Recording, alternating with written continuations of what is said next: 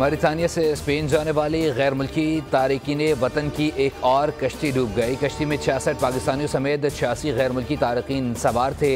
खबर एजेंसी के मुताबिक डूबने वाली कश्ती में सवार 36 अफराद को बचा लिया गया। डूबने वाली कश्ती में सवार 50 अफराद की हलाकत का खदशा है। तारकीन वतन के अहल खाना ने इल्ज़ाम लगाया है कि मोरक्को की समंदरी हदूद में फायरिंग करके गुजरात के 12 नौजवानों को कत्ल किया गया। जान बहक होने वाले नौजवान 4 माह कबल यूरोप के लिए रवाना हुए थे।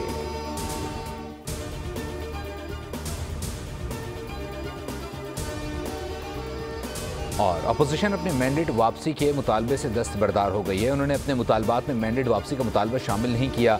राना सना और इरफान सिद्दीकी की प्रेस कॉन्फ्रेंस। राना सना बोले, हुकूमती मौक़िफ़ के लिए वज़ीर-ए-आज़म ने कमेटी तश्कील दे दी। कमेटी जायज़ा लेकर जवाब देगी। PTI ने किसी मुकदमे की FIR या किसी कारकुन का नाम नहीं दिया। इरफान सिद्दीकी ने कहा, PTI के मुतालबात कम और हुकूमत के खिलाफ चार्जशीट ज़्यादा है।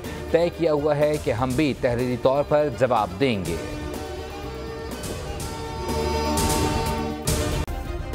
सब्सक्राइब करें और बेल दबाएं ताकि कोई खबर रह न जाए।